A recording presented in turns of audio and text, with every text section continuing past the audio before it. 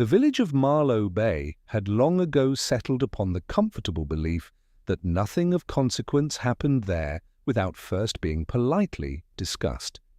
This belief, while not strictly accurate, was maintained with sufficient conviction to render contradiction almost bad manners. On the afternoon of the annual regatta, the bay lay in a state of agreeable expectation.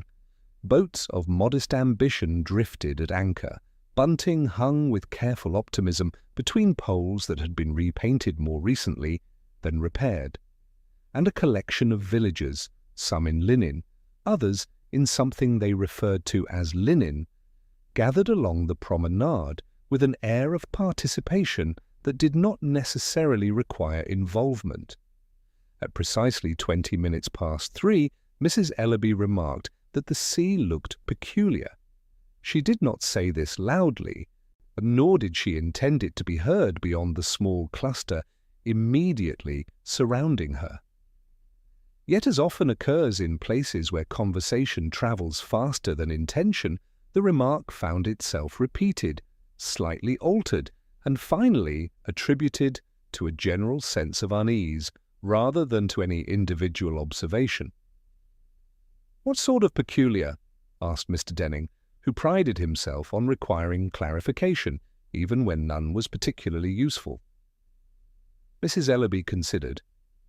"It has a stillness," she said, "as if it were waiting." Mr. Denning, who had never known the sea to behave in any manner that did not inconvenience him personally, nodded as though this confirmed a long-standing suspicion. Nearby, Miss Clara Frobisher adjusted her hat with deliberate care and chose not to look at the water at all.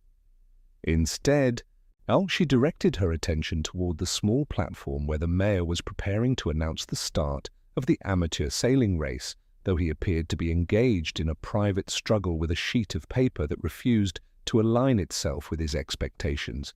It was, in short, a perfectly ordinary beginning to a perfectly ordinary event, which was why the interruption, when it came, felt less like a disturbance and more like a misplacement. A boy whose name was later agreed to be Thomas Wren, though no one could say with confidence who had first supplied it, came running along the edge of the promenade. He did not shout immediately, which lent his arrival a curious restraint, as though he had not yet decided whether what he carried constituted news. He stopped near the railing, slightly out of breath, and said, "Oh, there's something in the water." The statement might have passed without consequence had it not coincided with a lull in the mayor's speech, during which the assembled audience had been searching for an alternative focus. "What sort of something?" asked Mr. Denning again, with a consistency that bordered on commitment. The boy hesitated. "It looks like—" he began, then stopped. This, more than anything he might have said, ensured that he was immediately surrounded. "What does it look like?" someone prompted. "A seal?" offered another, with the hopeful tone of a person contributing something useful without risking accuracy. The boy shook his head. "No, not like that." Miss Frobisher, who had maintained her position of studied indifference, turned slightly, just enough to suggest interest without surrendering composure. "Well," she said. The boy looked at the water, then back at the group. "It looks like a woman," he said at last. There followed a silence which, while brief, carried within it a number of considerations. Chief among them was whether such a statement required immediate correction. Mrs. Ellaby was the first to respond. "Nonsense," she said gently, as though addressing a misunderstanding that might be resolved with patience. "There are no women in the water." The boy appeared uncertain whether this was a general principle or a specific objection. "I saw it," he insisted. At this point, the matter might still have dissolved into a mild anecdote, something to be repeated later with adjustments to both tone and detail, had not a small crowd begun to drift toward the railing. They did so without urgency. Indeed, There was something almost courteous in the manner of their curiosity, as though they were careful not to appear too interested in the possibility of something unusual. From this vantage, the water revealed very little. The bay, which Mrs. Ellaby had described as still, maintained its composure. The surface reflected the pale sky with a degree of accuracy that discouraged interpretation. "There," said the boy, pointing. Several heads inclined in the same direction. For a moment, nothing could be seen. Then, perhaps because it was expected, or perhaps because it was indeed present, something appeared. It was not, strictly speaking, a figure, nor was it entirely absent of shape. It existed in that inconvenient space between certainty and suggestion, where the mind, left unsupervised, is inclined to complete what it cannot properly discern. I don't see anything," said Mr. Denning, after a pause that suggested he had hoped to. "It moved," the boy said. "Everything moves," Mrs. Ellaby replied with quiet firmness. "That is the nature of water." Miss Frobisher said nothing at all. Instead, she stepped closer to the railing and looked out across the bay with a concentration that was almost private. There was in her expression a brief flicker of something that might have been recognition, or might simply have been the adjustment of expectation. "It is probably debris," she said after a moment. This explanation was received with relief, though it did not entirely satisfy. "Debris does not look like a woman," the boy said. "No," Miss Frobisher agreed, "but one often looks at debris incorrectly. The mayor, but having resolved his difficulties with the paper by folding it in half and placing it in his pocket, cleared his throat in a manner that suggested both authority and inconvenience. "If we might proceed," he said, though it was not entirely clear whether he was addressing the crowd or the situation. The attention of the assembled villagers shifted, not because the matter had been resolved, but because it had become socially preferable to attend to something else. Within minutes, the regatta resumed its intended course. Boats set out, applause was offered in appropriate quantities, and conversation returned to subjects that required less interpretation. Yet the remark, like Mrs. Ellaby's earlier observation, did not entirely disappear. It lingered. By the time Inspector Purbright arrived in Marlowe Bay the following morning, he having been invited for reasons that were not immediately apparent even to the person who had issued the invitation, the story had settled into a form that was both stable and unreliable. There had been something in the water. It had resembled a woman. And though no one had said so directly, it had not belonged there. Inspector Purbright, who had long experience with matters that did not belong where they were found, listened to the account with polite attention. He asked very few questions, which to those who knew him was itself a form of inquiry. The question did not produce an immediate answer, which in Marlowe Bay was itself an answer of a kind. Absence, like presence, was usually accounted for with quiet efficiency. To fail in this suggested either a lapse in attention or a preference for not attending at all. Mrs. Ellaby drew a breath that implied responsibility. "Well," she said, "there were one or two who might have been expected." Mr. Denning shifted slightly, as though the notion of expectation required careful handling. "Captain Renshaw," he offered. "He is generally present at these things, if only to remark upon them afterward." "Yes," said Mrs. Ellaby, "though he has not been entirely well." "He's never entirely well," Mr. Denning replied. "It is a condition he maintains." Inspector Purbright listened without interruption. "And yesterday?" he asked. "He was not seen," Mrs. Ellaby said. "Which, I suppose, is the point." Miss Frobisher moved her gaze away from Purbright and toward the distant line of cottages that edged the bay. "There was also Mrs. Calder," she said. This name settled differently. Mrs. How Ellaby's expression adjusted not dramatically, but with a subtle tightening that suggested something less easily arranged. "Mrs. Calder does not attend public events," she said. "Not usually," Miss Frobisher agreed, "but she watches them." Purbright turned slightly. "From where?" he asked. "From her garden," Miss Frobisher replied. "Or from the path above the cove. She has a view that allows for observation without participation." "Convenient," said Purbright. Miss Frobisher did not smile. "It suits her," she said. There followed another pause, though this one carried a different quality. It was not the absence of information, but the presence of something not yet expressed. Purbright did not press it. Instead, he said, "I should be grateful if you would all join me for tea this afternoon." This was received with a degree of surprise that was carefully moderated into acceptance. "For what purpose?" Mr. Denning asked. "For conversation," said Purbright, which, in Marlowe Bay, was both sufficient and slightly unsettling. The gathering took place at 4:30 in the small sitting-room of the guest-house where Purbright had taken lodgings. It was a room designed for modest comfort rather than scrutiny, though it accommodated both with reasonable success. A tray of tea had been arranged with practical symmetry. Cups were placed at intervals that suggested order without insistence. A plate of biscuits occupied the centre, with an air of quiet diplomacy. Mrs. Ellaby arrived first, as was her habit, and seated herself with the composure of someone prepared to assist. Mr. Denning followed shortly after, bringing with him a faint sense of obligation. Miss Frobisher came last. She did not apologize for this. Purbright poured the tea himself, not out of necessity, but because it allowed him to observe the small adjustments people made when they believed themselves unobserved.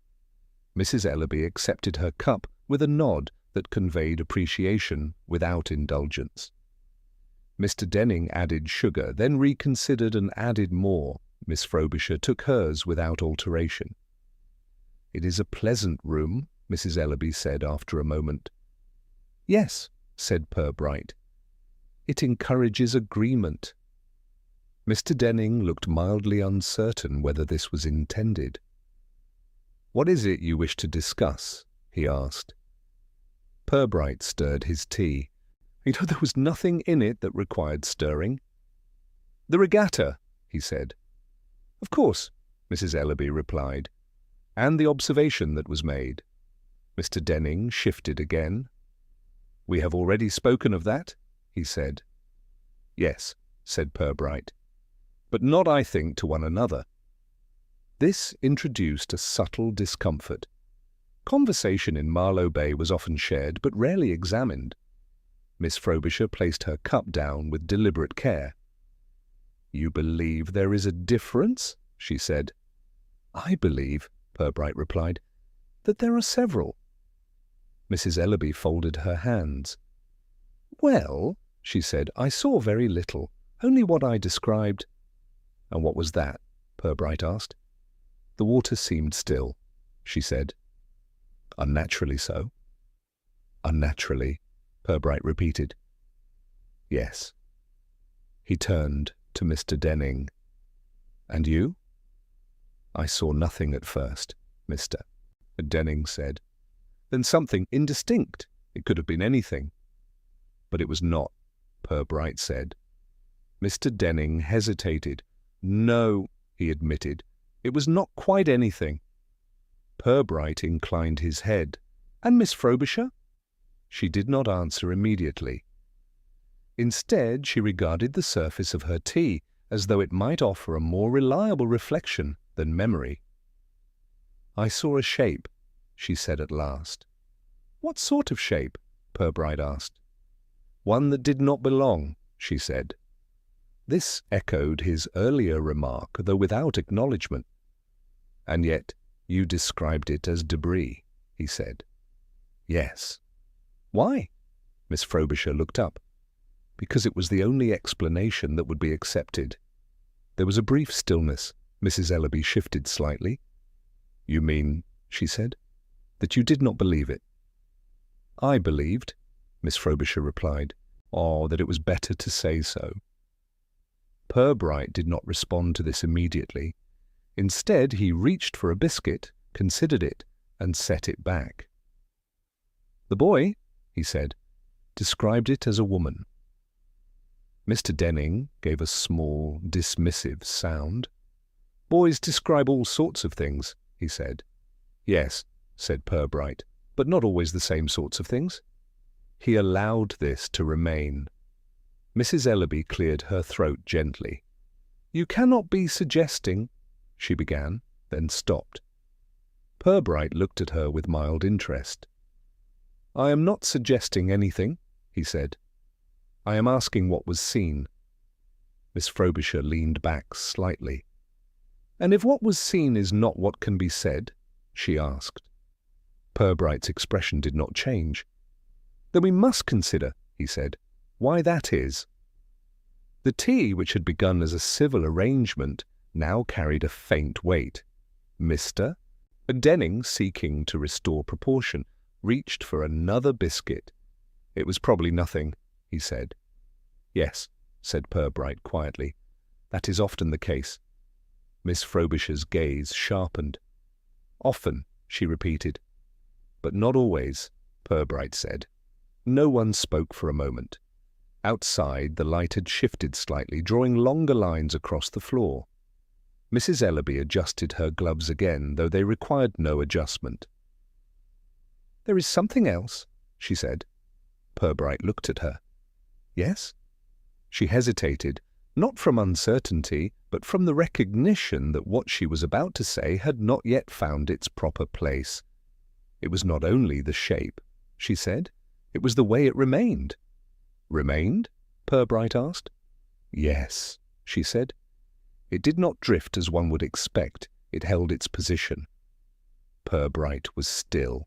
"She in the water?" he said. "Yes." Miss Frobisher's expression altered slightly. "I noticed that," she said. Mr. Denning frowned. "I did not," he said. "No," said Miss Frobisher, "you would not."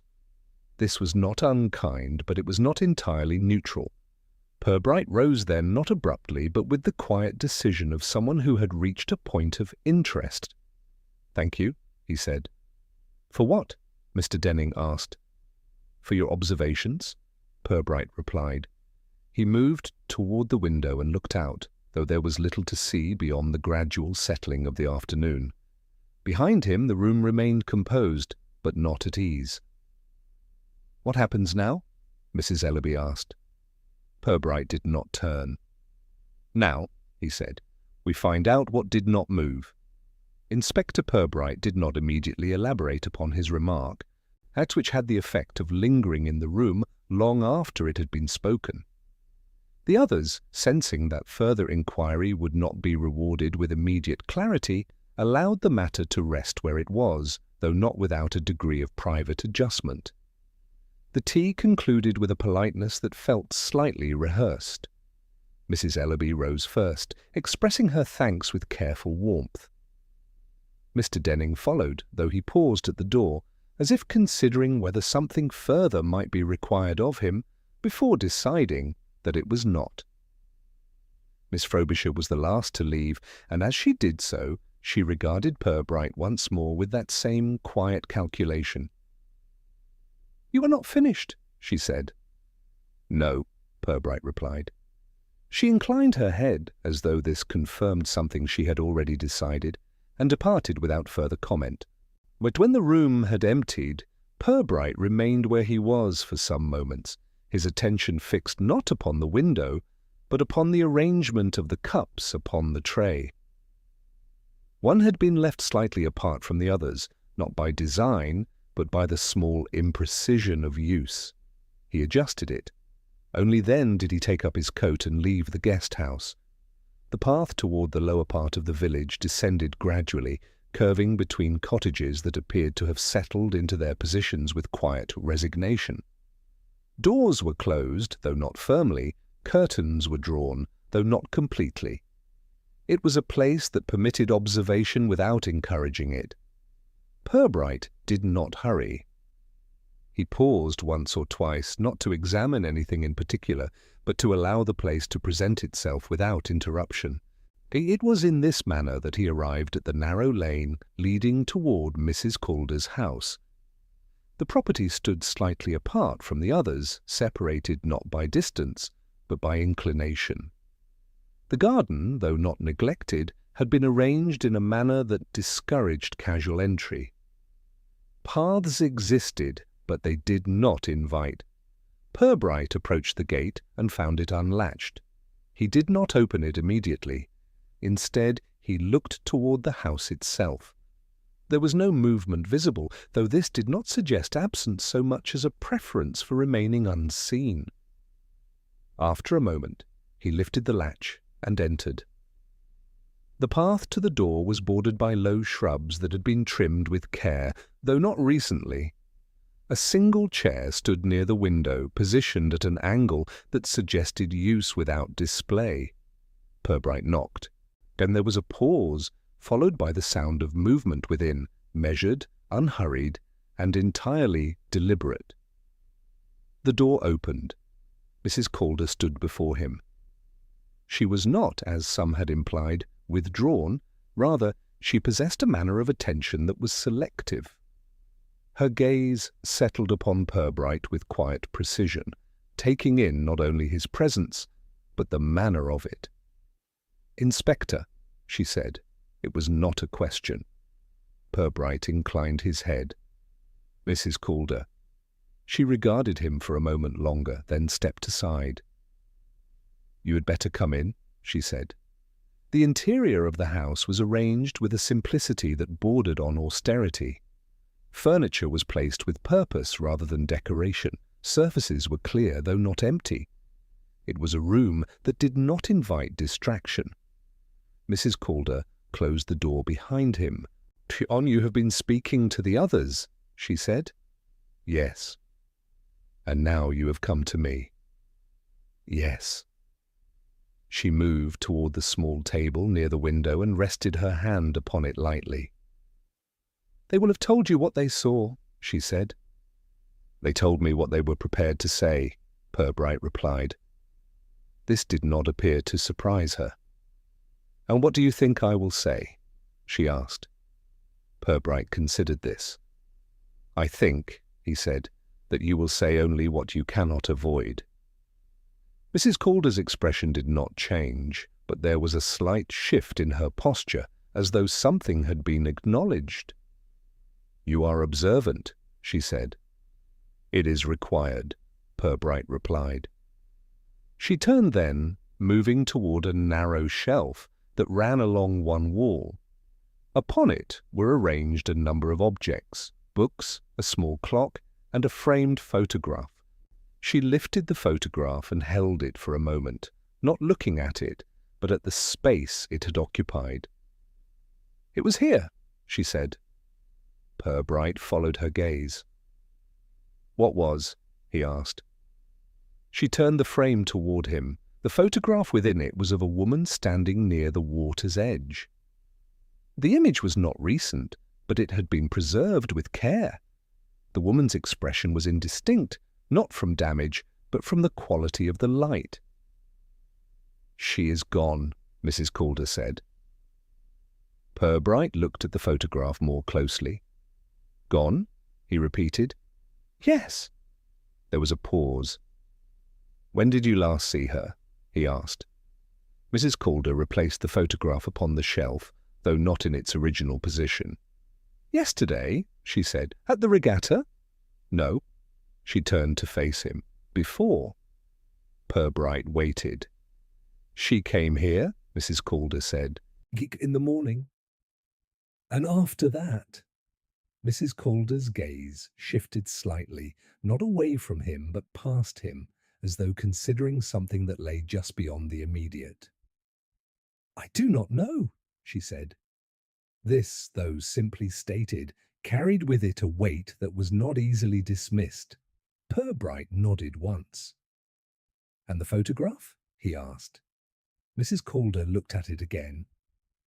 "It was not here this morning," she said. Purbright's expression remained unchanged.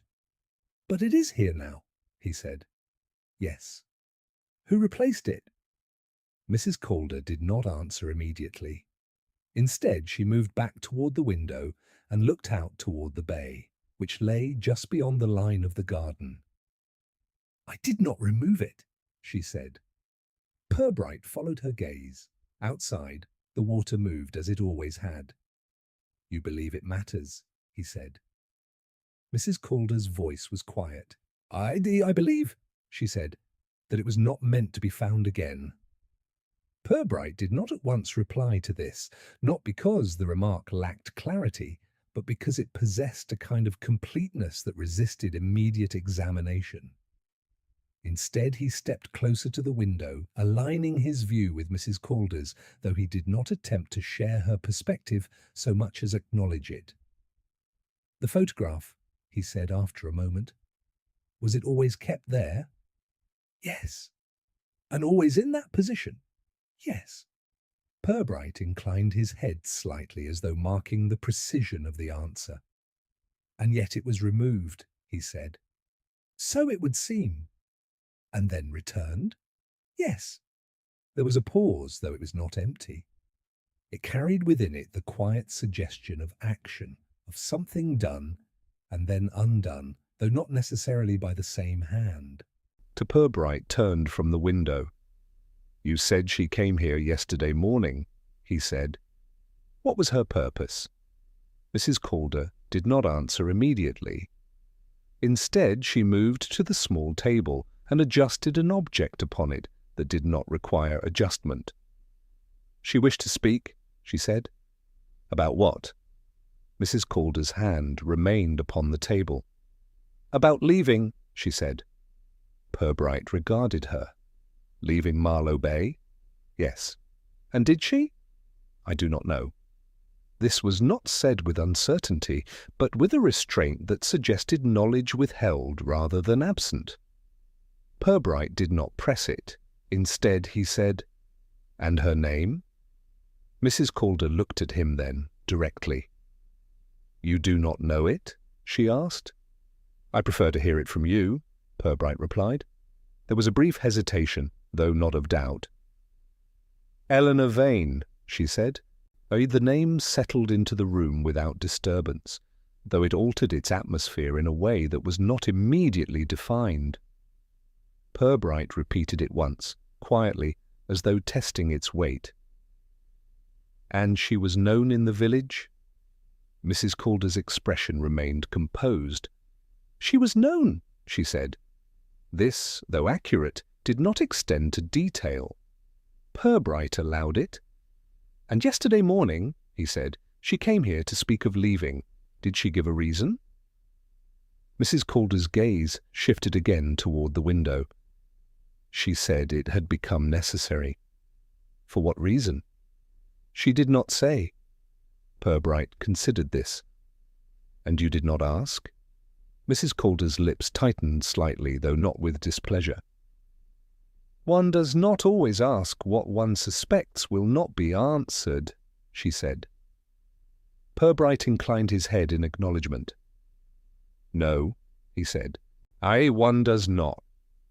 There followed a moment of stillness, during which the faint sound of the sea reached them, not as a presence, but as a suggestion. It was not loud. Indeed, it might have been overlooked entirely had it not carried a slight irregularity, a break in the expected rhythm that did not announce itself so much as persist. Purbright turned his head slightly. "You hear that?" he said. Mrs. Calder did not move.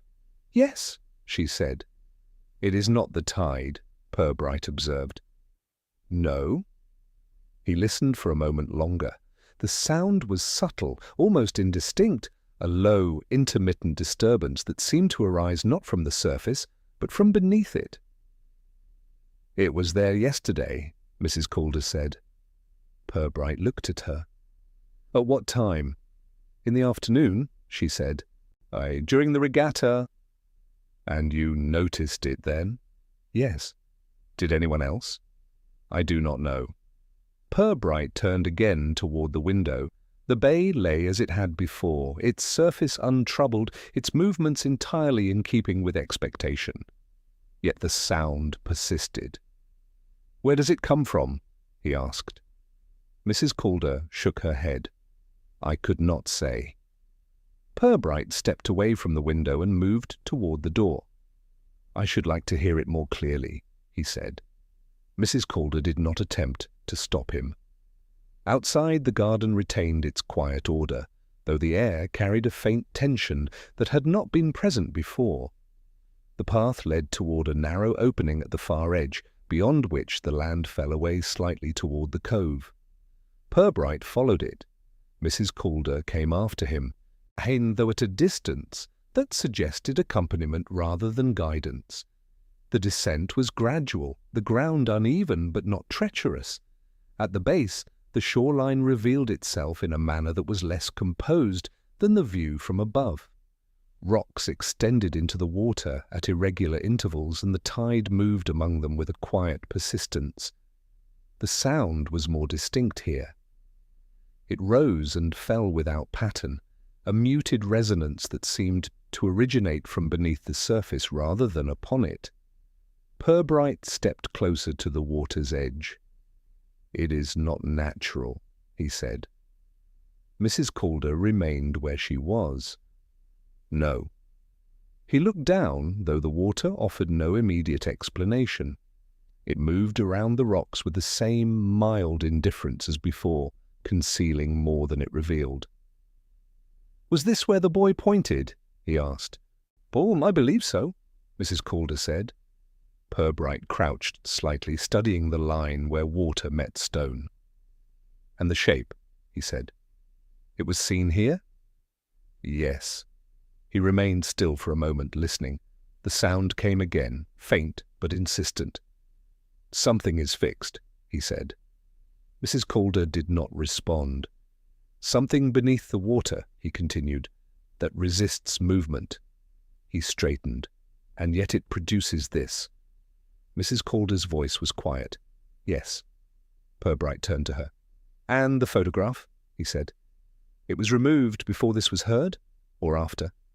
Mrs. Calder considered. "Before," she said. Purbright nodded once. "Then it was not taken because of this," he said. "No." "But it was returned afterward?" "Yes." There was a pause. Purbright looked once more at the water. "Someone wished it to be absent," he said. "It is, and then wished it to be seen." Mrs. Calder's gaze remained fixed upon the bay. "Yes." Purbright's expression did not change. "Which suggests," he said, "that something altered between those two intentions." The sound beneath the water continued, steady in its irregularity. Mrs. Calder spoke without turning. "You think it is connected?" she said. Purbright did not answer immediately. Instead, he stepped closer to the edge, his eyes following the movement of the tide as it passed over the submerged rocks. Then quietly, he said, "I think it is the same thing." Purbright remained by the water a while longer, not in expectation of immediate revelation, but in acknowledgement that certain details required time to arrange themselves into notice. The sound continued beneath the surface, neither increasing nor diminishing, as though it possessed no interest in being understood. At length he stepped back from the edge. "We shall leave it," he said. Mrs. Calder did not ask why. The return to the house was made without conversation, though it was not entirely silent. The presence of the sound lingered, carried upward with them in memory if not in fact, and settled somewhere between awareness and dismissal. At the gate, Purbright paused.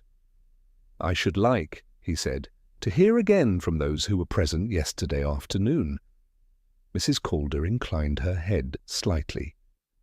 "They will tell you what they have already said." "Yes," Purbright replied, "but not, I think, in the same way."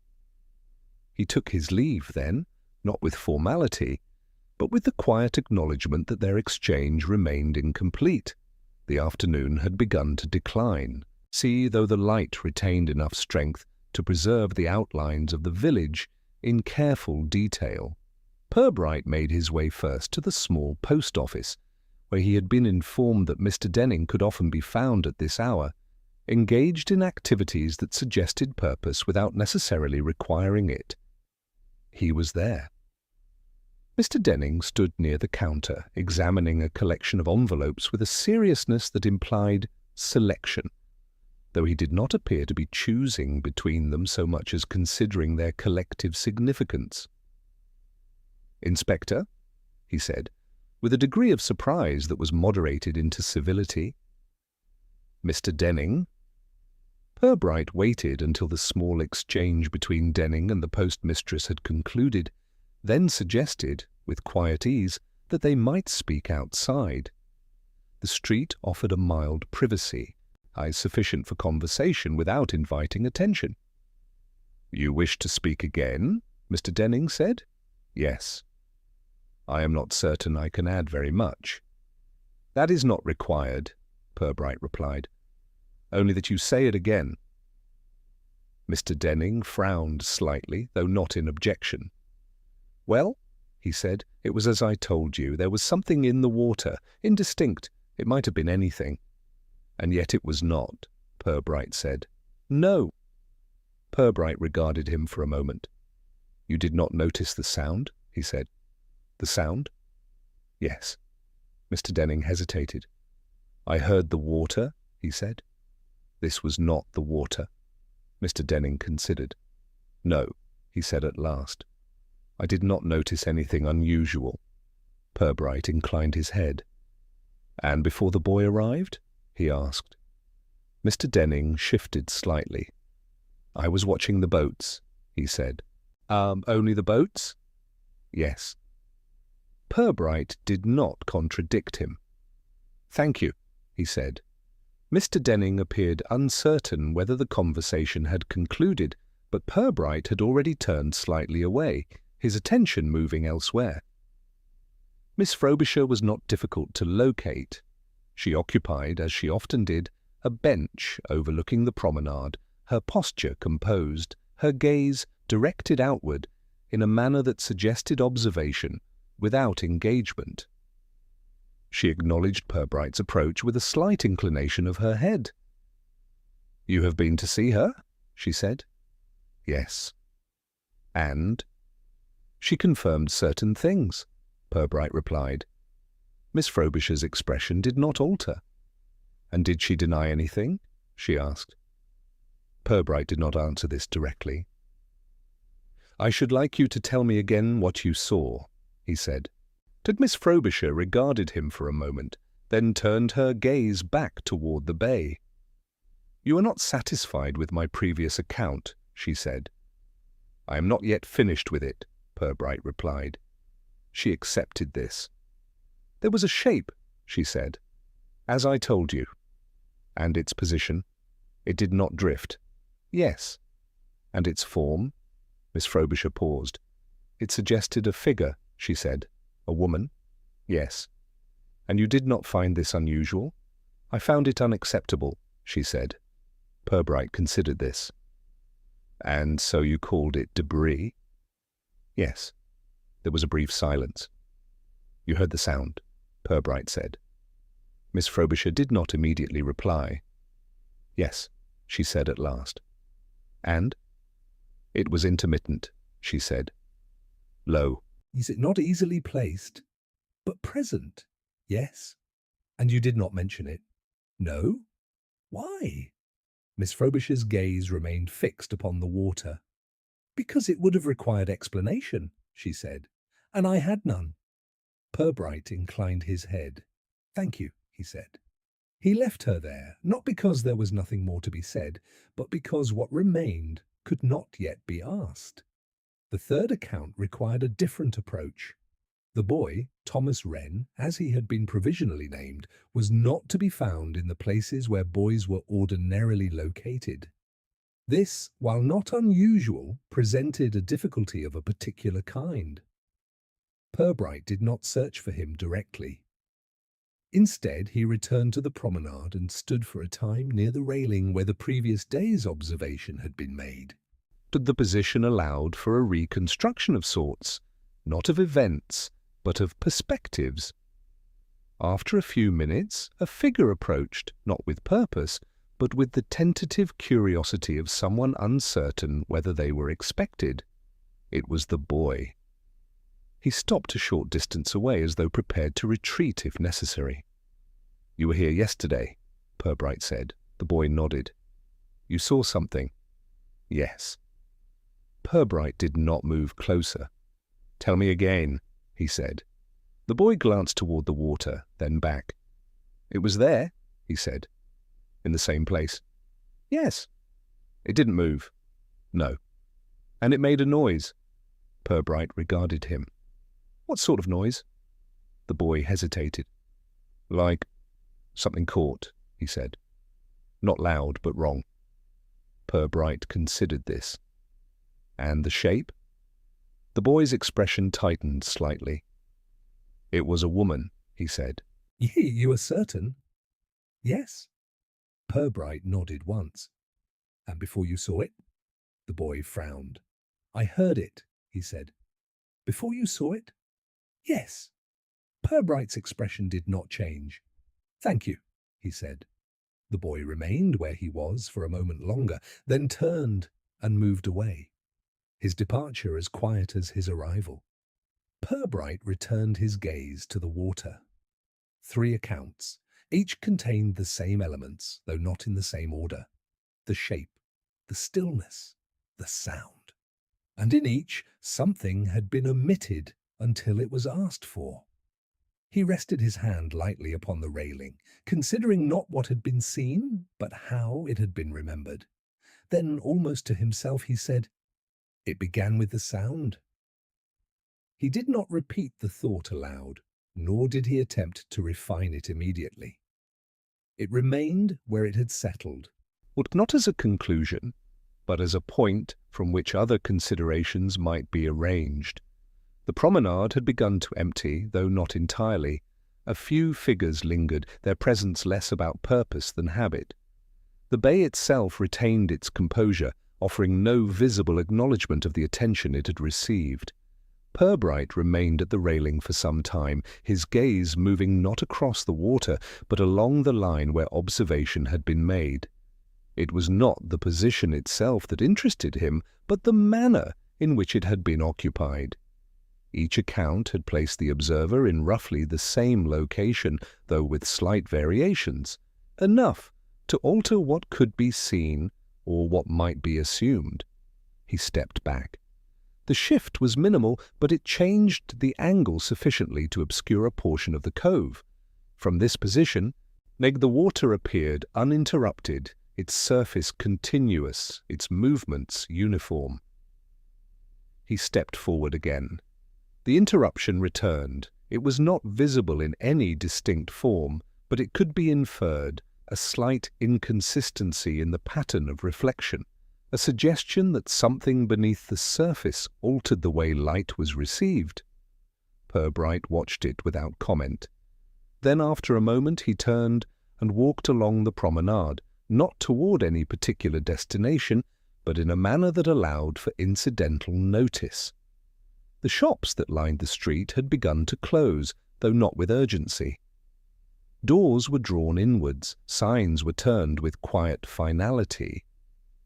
It was a process conducted with the understanding that nothing further of significance was expected. Purbright paused briefly outside the small chandlery near the end of the row.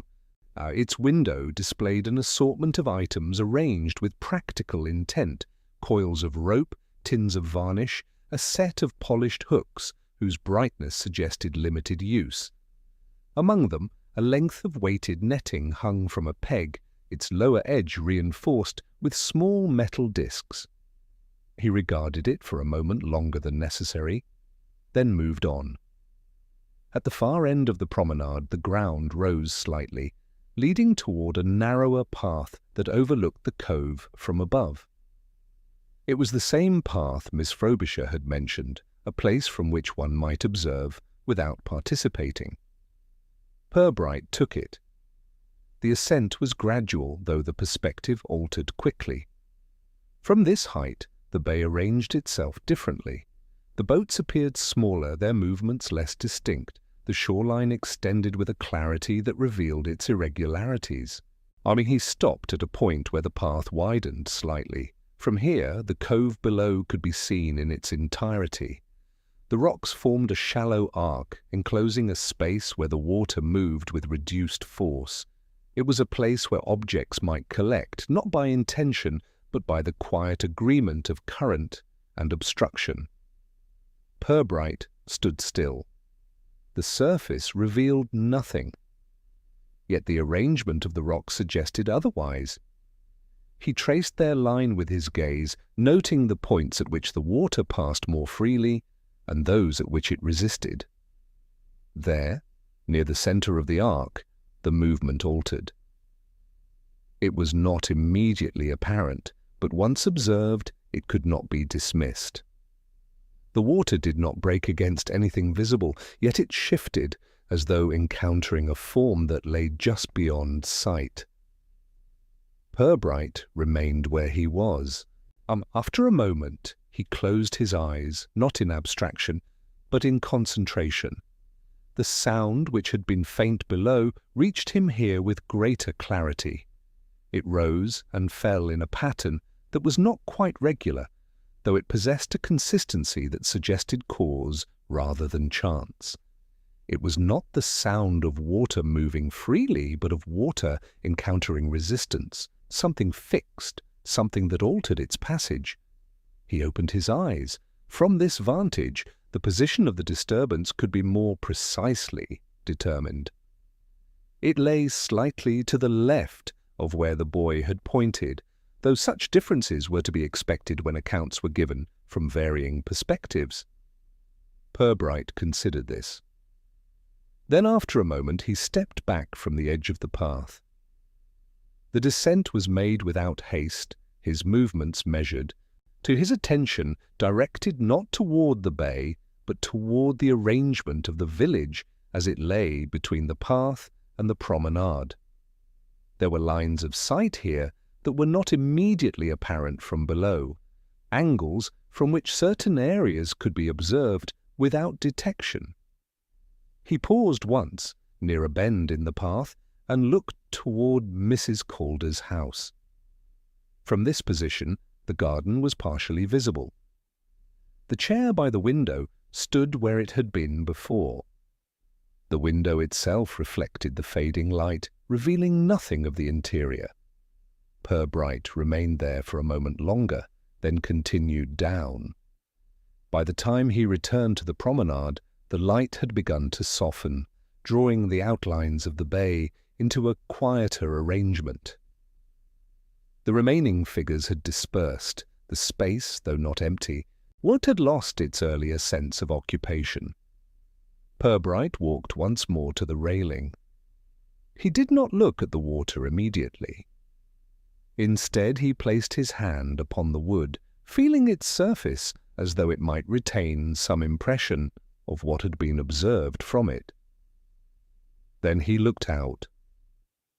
The disturbance was no more visible than before, yet it was present, not as a shape, nor even as a suggestion, but as an absence, a place where expectation failed to align with perception.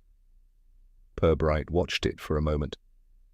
Then quietly, he said, "It was not seen first." The words were not addressed to anyone. They did not require response.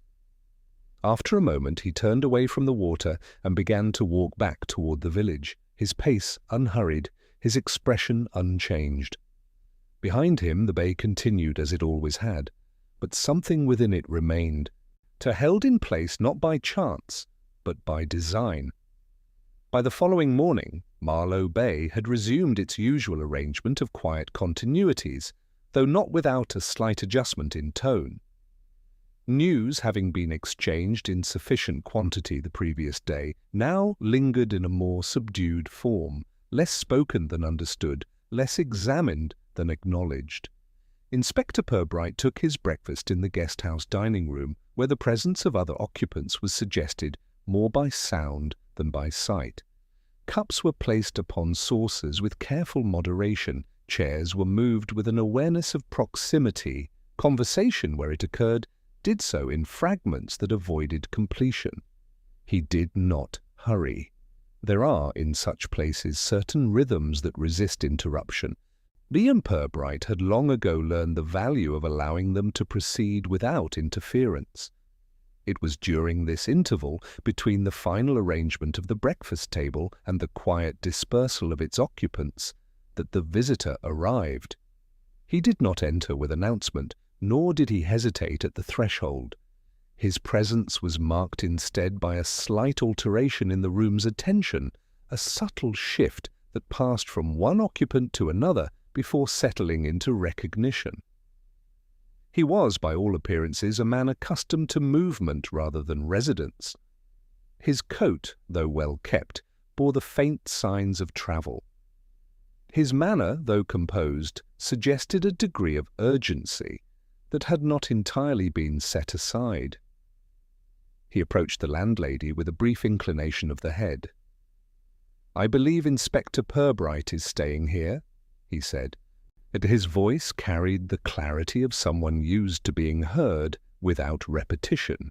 The landlady, who had anticipated neither the question nor the manner in which it was asked, responded with a degree of efficiency that bordered on relief. "Yes," she said, "he is." Purbright, who had already observed the exchange, rose from his seat without haste. "I am Inspector Purbright," he said. The visitor turned. For a moment, the two men regarded one another, not in challenge, but in assessment.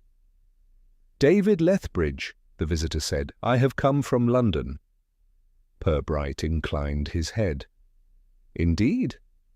Lethbridge reached into his coat and produced a folded paper, which he offered without elaboration. Purbright took it. It was not a letter in the usual sense, but a brief communication, its contents precise, its tone restrained. Oh, it conveyed neither urgency nor reassurance, but something between the two, an acknowledgment of circumstance without a clear directive. Purbright read it once, then folded it again. "You have come regarding Miss Vane," he said. Lethbridge's expression did not alter, though there was a slight tightening at the edges of his composure. "Yes." The room, which had previously sustained its quiet distance, now acquired a more attentive stillness. Though no one appeared to be listening, it was evident that nothing had been overlooked. Purbright gestured toward the small sitting room. "Perhaps we might speak there." Lethbridge agreed. Once inside, the door closed with a soft finality that separated the conversation from the rest of the house without entirely isolating it. "You are acquainted with Miss Vane?" Purbright said. "I represent her interests," Lethbridge replied. "In what capacity?" "Legal." Purbright considered this. "And those interests require your presence here?" "They require clarification," Lethbridge said. Purbright seated himself, not as an assertion of position, but as a means of establishing the pace of the exchange. "And what is it you seek to clarify?" he asked. Lethbridge remained standing for a moment, then took a seat opposite. "I was informed," he said, "that Miss Vane had intended to leave Marlowe Bay." "Yes, and that she did not." "That is not yet established," Purbright replied. Lethbridge's gaze remained steady. "She has not returned to London," he said. "No, and there has been no communication." "Not to my knowledge." There was a brief pause. Lethbridge's manner, though controlled, carried a degree of insistence that did not entirely align with the measured tone of the village. "She was not in the habit of disappearing," he said. Purbright inclined his head slightly. "Few people are," he said. "This is not a matter for observation," Lethbridge replied. "It is a matter of fact." Purbright did not contradict him. And yet, he said, facts are sometimes incomplete. Lethbridge leaned forward slightly. I understand that something was seen in the bay yesterday afternoon, he said. Purbright regarded him. You have been informed of this? Yes. By whom? Lethbridge hesitated, though only briefly. It is not important, he said. Purbright allowed this to pass. And what is it you believe was seen? He asked. Lethbridge's expression remained composed. I believe, he said, and that it may have been Miss Vane. The statement did not produce an immediate response. Purbright regarded him for a moment, then said, On what basis? Lethbridge reached into his coat once more and withdrew a second item, not a document, but a photograph. He placed it on the table between them. Purbright looked at it. It was the same image he had seen in Mrs. Calder's house, the woman by the water, her features indistinct, her posture unresolved. This was taken here, Lethbridge said, some time ago. Yes, Purbright replied, as she had reason to return. And to leave, Purbright said. Yes. There was a pause. Lethbridge's gaze did not leave Purbright's. If she entered the water, he said, it would not have been by accident. Purbright considered this. You're certain of that? He asked. Yes. Why? Lethbridge's expression tightened slightly. Because she did not act without purpose, he said. Purbright leaned back slightly in his chair. No, he said. I do not think she did. The room remained still for a moment, the photograph lying between them as an object that required neither explanation nor dismissal. Then Purbright said, There is something else.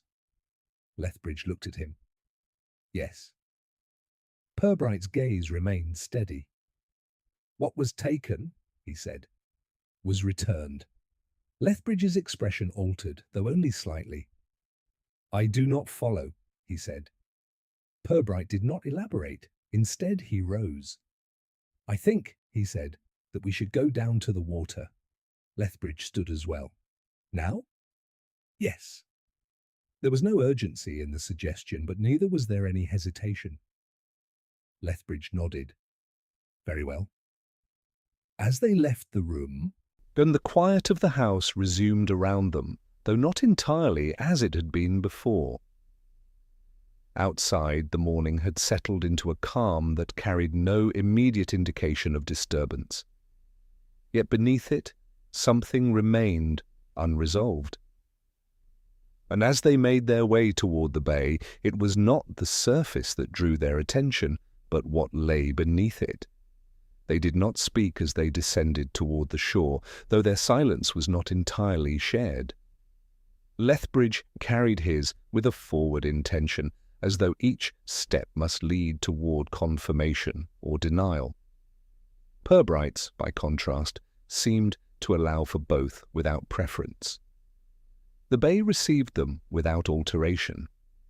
Morning light lay evenly across the surface, softening the edges of the rocks and rendering the water with a mild transparency that suggested depth without revealing it.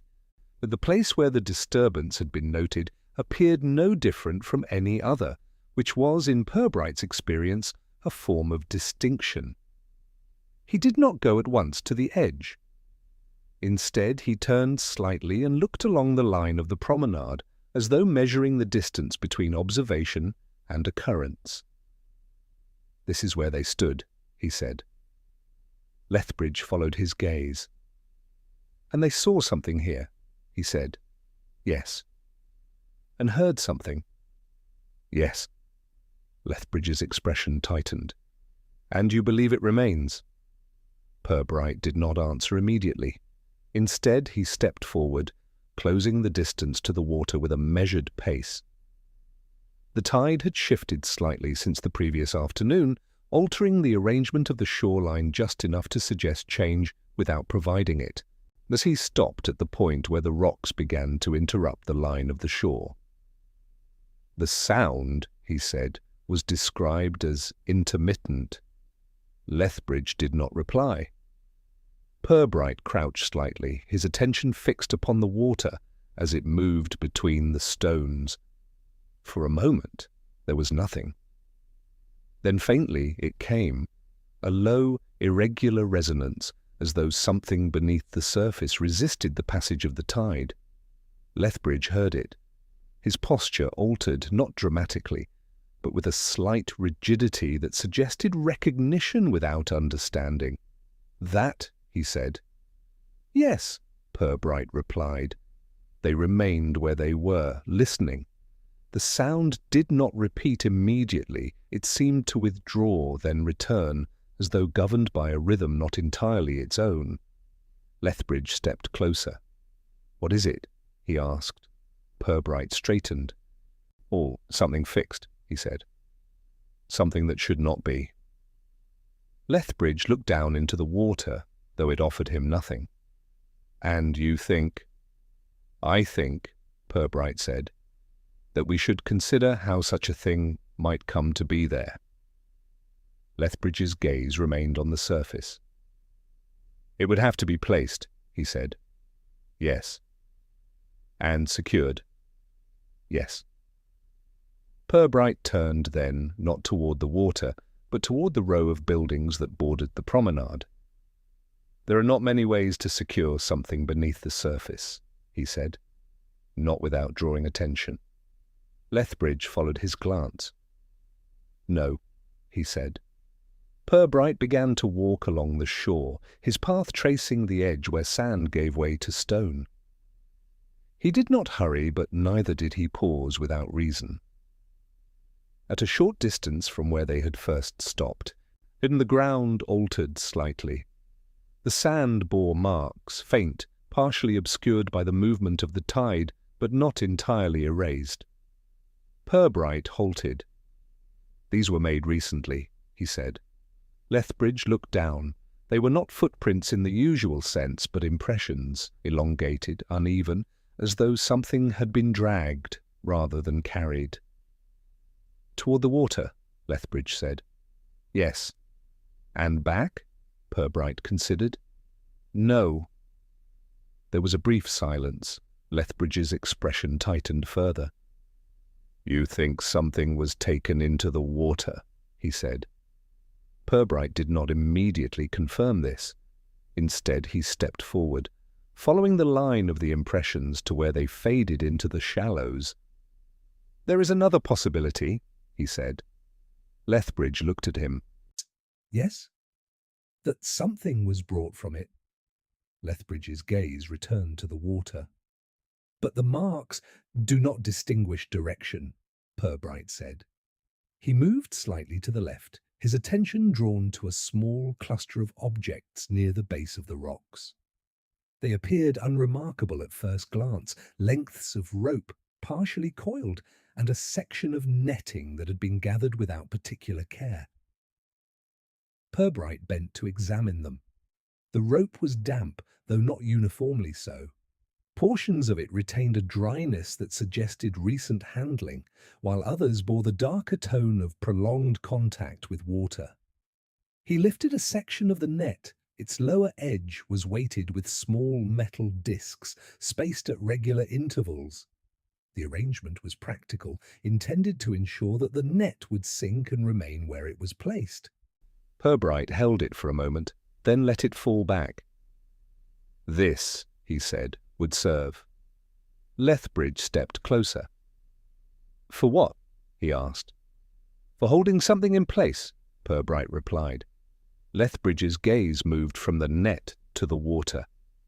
"You think it was used?" he said. Purbright did not answer directly. Instead, he said, "It is not where it should be." Lethbridge looked at the rocks. "And where should it be?" "In use," Purbright said, "or properly stored." He straightened, brushing a trace of sand from his hand. "This has been left," he continued. "Not discarded, but not attended to." Lethbridge's expression remained intent. "And that matters?" "Yes." Purbright turned once more toward the water. If something was secured beneath the surface, he said. It would require weight, and it would require restraint. Lethbridge's voice was quiet. The net? Yes. And the rope? Yes. There was a pause. The sound beneath the water returned, faint but unmistakable. Lethbridge drew a breath. You believe she is there? He said. Purbright did not look at him. I believe, he said, that something is. The distinction was not lost. Lethbridge's gaze hardened. And you intend to leave it there? No. Purbright's tone remained even. But we will not remove it yet. Why not? Purbright turned then, meeting Lethbridge's gaze with a calm that did not invite urgency. Because, he said, it has already been moved once. Lethbridge's expression altered slightly. The photograph? He said. Yes. And now this. Purbright inclined his head. Someone has attempted to control what is seen, he said. First by absence, aye, then by presence. Lethbridge looked again at the net, the rope, the water beyond. And you think they will act again? Yes. Purbright's gaze returned to the bay. They must, he said. The sound beneath the surface continued, steady in its quiet insistence, as though marking time not by seconds, but by intention. Purbright did not propose immediate action, and this, more than anything he had said, unsettled Lethbridge. There are moments when delay suggests doubt. Here it suggested something else entirely, an intention to allow events to declare themselves without interference. You expect them to return? Lethbridge said. Yes. And you would prefer to be absent when they do. Purbright regarded the water. I would prefer, he said, that they believe themselves unobserved. Lethbridge's expression did not soften. Aye, and if they do not act? Purbright turned slightly. Then we shall proceed differently. The answer, though sufficient in form, did not satisfy in substance. Lethbridge glanced once more toward the net, then back at Purbright. This is not a matter that admits patience, he said. No, Purbright agreed, but it may require it. There was a brief silence. Lethbridge exhaled, not sharply, but with a restraint that suggested the adjustment of expectation rather than its abandonment. What do you propose? He asked. Purbright considered the question, though it had already been answered in part. I should like, he said, to extend an invitation. To whom? To those who have seen and those who have not said that they have. Lethbridge's gaze sharpened slightly. And you believe they will accept? I believe, Purbright replied. That they will consider it. He turned from the water then, his attention shifting back toward the village. There's a small gathering this evening, he said. At the guest house. Lethbridge followed his glance. And you expect them to attend? Yes. And to speak? Perhaps. Lethbridge did not immediately respond. There was something in the arrangement that did not align with his preference for direct resolution, yet he did not contest it further. Very well, he said. They left the shore together, though their paths diverged slightly as they reached the promenade. Lethbridge continued toward the centre of the village, his pace measured but purposeful.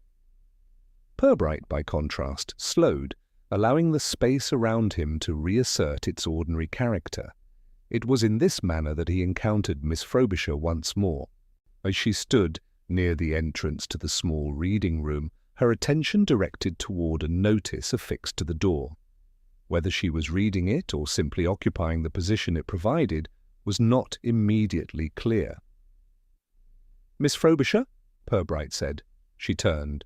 Inspector? He inclined his head slightly. I am arranging a small gathering this evening, he said. I should be pleased if you would attend. Miss Frobisher regarded him for a moment, her expression composed, but not without consideration. "For what purpose?" she asked. "For conversation," Purbright replied. She allowed this to settle. "And who else will be present?" "Those who were at the regatta," he said, "and one or two who were not." Miss Frobisher's gaze held his. "And you expect something to emerge from this?" "I expect," Purbright said, "that something may be clarified." There was a brief pause. Miss Frobisher's attention shifted slightly, as though weighing not the invitation itself, but the circumstances that surrounded it.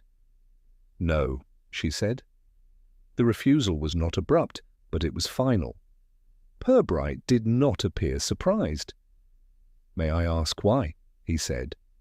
Miss Frobisher turned her gaze back toward the notice on the door, though she did not read it. "Because," she said, "I do not think it will be a conversation." Purbright waited. "I think," she continued, "that it will be an arrangement." "And that concerns you," he said. "Yes."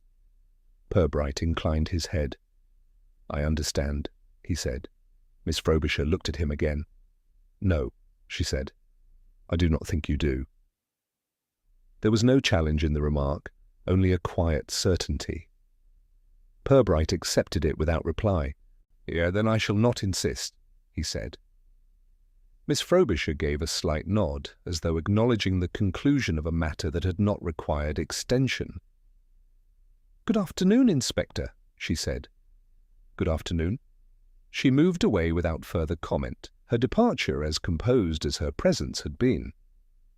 Purbright remained where he was for a moment, considering not the refusal itself, but the manner in which it had been given. It was not avoidance, nor was it reluctance. It was, he thought, a decision made in anticipation rather than reaction. He turned then and continued along the promenade. Mrs. Ellaby proved more receptive. She received the invitation with a degree of cautious approval, expressing her willingness to attend, provided that the occasion remained orderly, a condition which Purbright assured her would be observed. Mr. Denning accepted as well, though with a hesitation that suggested uncertainty rather than objection. "A gathering?" he said. "Yes, that seems reasonable." Purbright made no comment upon the reasonableness of it. By late afternoon, the arrangements had been made. The sitting-room at the guest-house was prepared once more, its earlier arrangement restored with a care that suggested continuity rather than repetition.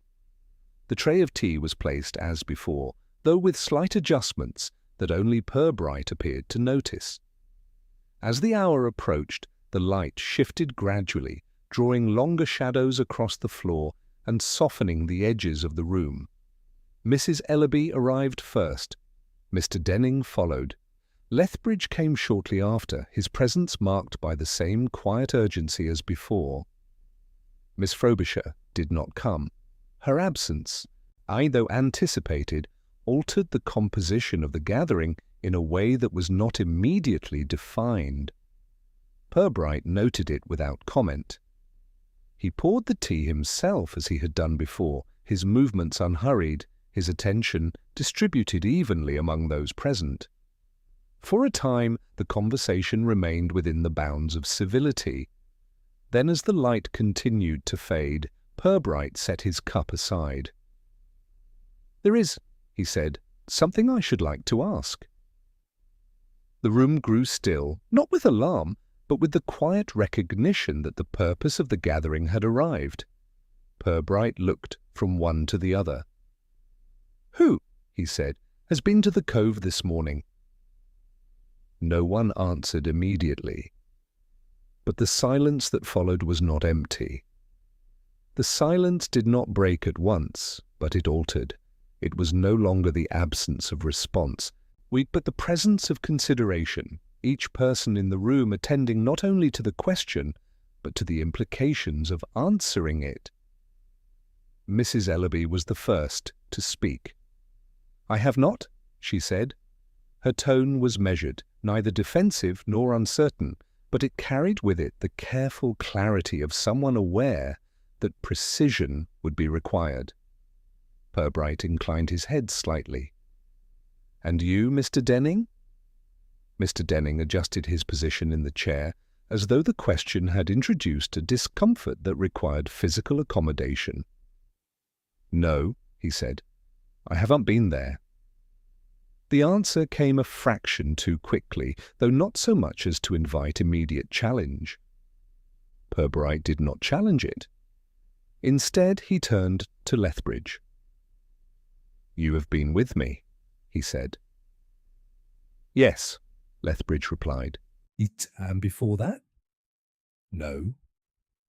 The exchange concluded, but the room did not settle. Purbright allowed the silence to remain, not as a pause, but as a continuation of inquiry. He did not look directly at any one person, yet his attention encompassed them all. "It is a simple question," he said, "but not, I think, a simple answer." Mrs. Ellaby's hands moved slightly in her lap. "You believe someone has been?" she said. "Yes." "And that they have not said so?" "Yes." Mr. Denning gave a small, dismissive movement. "There would be no reason not to say so," he said. Purbright regarded him. "No?" he said. Mr. Denning hesitated. "Well," he said, "none that I can see." Purbright did not respond immediately. Instead, he rose from his chair and moved toward the window, though he did not look out of it. His attention appeared to rest upon the glass itself, As though it offered a reflection more useful than the view beyond. "This morning," he said, "something altered." Lethbridge's gaze sharpened.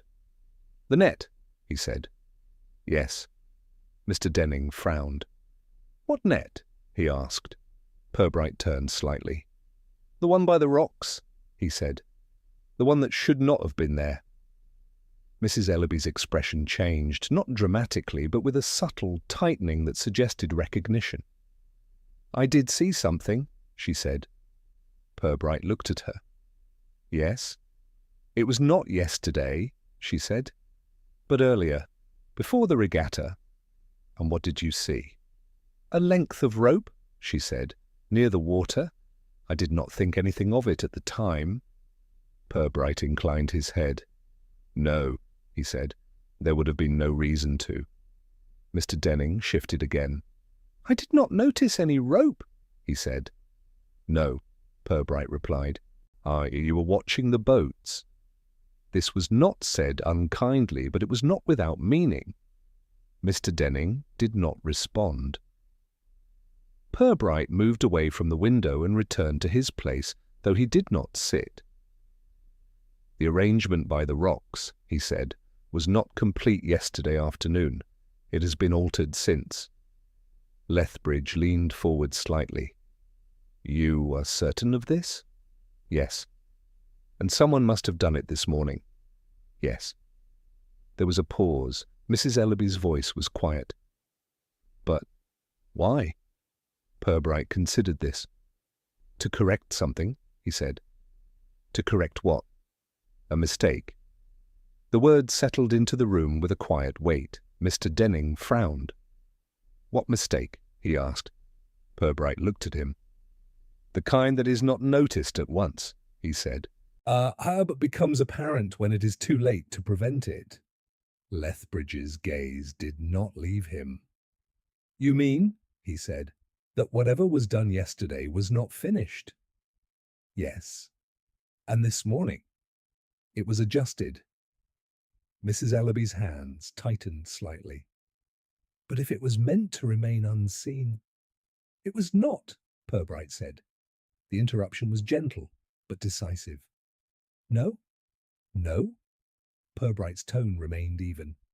"It was meant to be seen," he said. "But not understood?" There was a brief silence. Mr. Denning shook his head slightly. "I do not follow," he said. Purbright regarded him. "No," he said, "you do not." This was not dismissive, but it did not invite further objection. Instead, Purbright turned to Lethbridge. You said that Miss Vane did not act without purpose, he said. Yes. And that if she entered the water, it would not have been by accident. Yes. Purbright inclined his head. I think that is correct, he said. Lethbridge's expression tightened. Then you believe— I believe, Purbright said, that she did not enter the water in the manner you suggest. The distinction was subtle, but it altered the direction of the thought. Lethbridge leaned back slightly. Then how? He asked. Purbright did not answer immediately. Instead, he looked once more at the others. Yesterday afternoon, he said, 3 things were noticed. The shape, Mrs. Ellaby said. Yes. The stillness, Mr. Denning added, though without conviction. Yes. And the sound, Lethbridge said. Yes. Purbright inclined his head. But not in that order, he said. The room remained still. The sound was first, he continued, though it was not understood as such. Mrs. Ellaby's gaze shifted slightly. I did not notice it at first, she said. No, Purbright replied. But it was there. And then the shape. Yes. And the stillness. Yes. There was a pause. Lethbridge's voice was low. And what does that mean? Purbright's expression did not change. It means, he said, that the arrangement beneath the water was already in place before it was seen. The implication settled slowly. Mrs. Ellaby's hands moved again, though she did not speak. Mr. Denning looked from one to the other, as though seeking confirmation of something he did not fully grasp. Lethbridge remained very still. And the mistake, he said. Purbright inclined his head. Yes. What was it? Purbright looked at him. It was noticed, he said. Too soon. There was a moment in which no one spoke. Then Mrs. Ellaby said, very quietly, Oh, you mean the boy? Yes. The room seemed to contract slightly around the thought. Mr. Denning's expression altered. He should not have seen it, he said. No, Purbright replied, and because he did, something had to be changed. Lethbridge's gaze hardened. This morning? Yes. There was a pause. Then, slowly, Mrs. Ellaby said, And we did not see that. Purbright regarded her. No, he said, you did not. He let the silence settle once more, not as an end, but as a preparation. Then he said quietly, But someone expected you to. No one spoke at once. The suggestion, quiet as it had been, carried with it a degree of intention that altered the room. It was no longer a question of what had happened, but of what had been meant to happen, and by whom. Lethbridge was the first to move, though only slightly. You believe this was arranged? He said. Yes. For an audience? Yes. Purbright's tone remained even, but it allowed no retreat from the idea. Mrs. Ellaby drew a careful breath, but that would require— She began, then stopped. Forethought? Purbright said. Yes. And familiarity, he added, with the place. Yes. There was a pause. Mr. Denning shifted in his chair. But to what end? He said.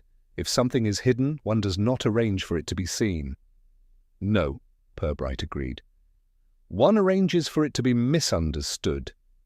The distinction settled with quiet precision. Lethbridge leaned forward. You are suggesting that what was seen was not what was intended to be understood, he said. Yes.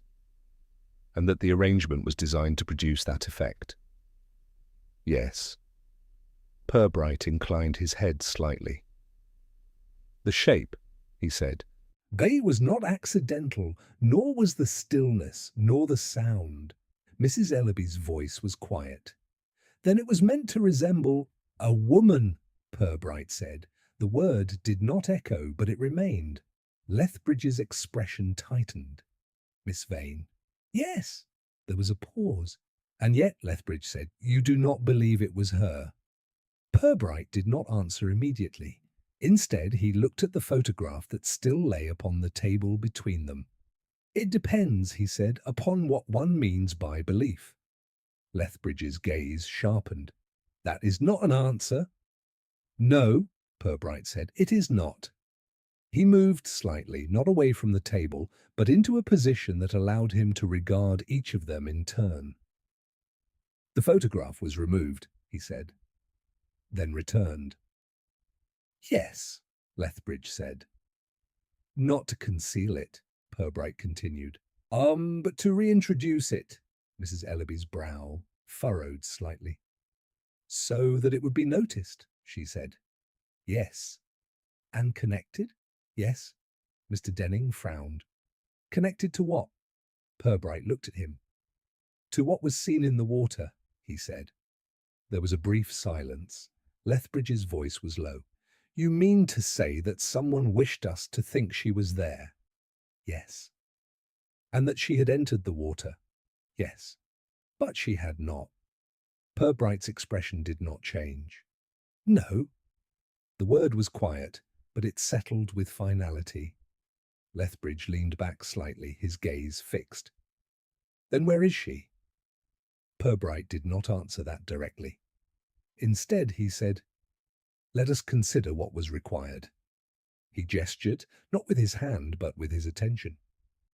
"A form beneath the water," he said. "Weighted, restrained." A position so that it would remain in place. "The net?" Mrs. Ellaby said. "Yes." "And the rope," Mr. Denning added. "Yes." Purbright inclined his head. "And something to give it shape." Lethbridge's expression tightened further. "A body," he said. "No," Purbright replied. The correction was immediate, but not abrupt. "Not a body," he said. "An object." There was a pause. Mrs. Ellaby's voice was uncertain. "What sort of object?" Purbright regarded her. "One that, when seen indistinctly, might be mistaken," he said, "particularly if one were prepared to see it." Lethbridge's gaze did not waver. "And the sound?" "Yes." "What of it?" Purbright considered. "The sound," he said, "was not part of the design." There was a shift in the room. Mrs. Ellaby's hands stilled. You mean it was accidental?" "Yes." "And that is why it was noticed first?" "Yes." Purbright inclined his head. "It drew attention," he said, "before the arrangement was ready to receive it." Lethbridge's expression altered slightly. "The boy?" "Yes." "He heard it?" "Yes." "And then he saw?" "Yes." Purbright allowed a moment to pass. "That," he said, "was the mistake." The word returned, but now it carried a clearer weight. Mrs. Ellaby spoke quietly. "And so it had to be corrected?" "Yes." "The next morning?" "Yes." Mr. Denning looked from one to the other. "But what was changed?" he asked. Purbright regarded him. "The position," he said, "the restraint, perhaps the shape." "So that it would appear as intended?" "Yes." There was a pause. Lethbridge's voice was controlled. "And all of this," he said, "to suggest that Miss Vane had entered the water?" "Yes." "And that she was there?" "Yes." Purbright inclined his head. "And that nothing further need be asked." The implication settled. Mrs. Ellaby's voice was very quiet. "But we did ask." "Yes." "And we saw." "Yes." Purbright's gaze moved once more across the room. "And someone expected that?" he said. Lethbridge leaned forward again. "Then they misjudged," he said. Purbright's expression did not alter. "No," he said. "They relied upon it." There was a brief silence. Mrs. Ellaby looked at him. "I do not understand." Purbright inclined his head slightly. "No," he said. "Not yet." He turned then toward the window, though he did not look out of it. "Consider," he said. "Who would be able to arrange such a thing?" No one answered immediately. "Someone who knows the water, Mr. Denning said at last. "Yes." "Someone who has access to nets," Mrs. Ellaby added. "Yes." And rope. Yes. Purbright turned back. And someone, he said. Who knows what would be seen, and what would not? The room remained still. Lethbridge's voice was low. And who is that? Purbright regarded him for a moment. Then he said quietly, someone who was not there. The words did not produce immediate understanding. They did not resolve the matter, but they altered it. In that moment, what had been observed began, at last, to take its proper shape, not in the water, but in the arrangement of actions that had placed it there. And in that shape, something long concealed began, quietly, to emerge. The end.